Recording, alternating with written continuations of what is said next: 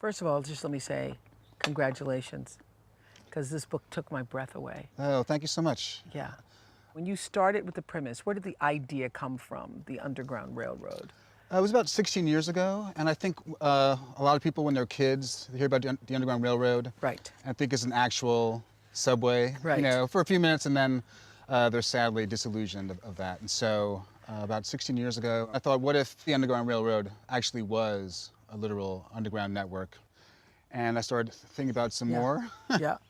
And then I thought, what if, as our hero travels north, every state he goes through, and he at that point, each different state, North Carolina, South Carolina, was a different state of American possibility. And so each time she gets off on at a station and comes up from the underground, she finds a different alternative America, slightly tweaked, but a different sort of state of possibility. Yeah. And that first time she comes up, which I've often thought about this, since Beloved, you know, Toni Morrison's.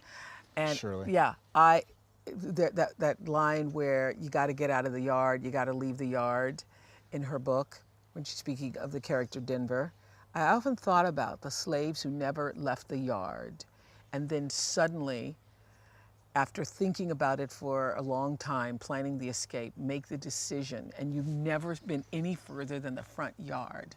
It's just the most incredible thing. Yeah, you've never stepped off the property, and you never knew a world bigger than the front yard. all you've known is the tragedy of the plantation. Yes. And how do you get the courage to make that first step?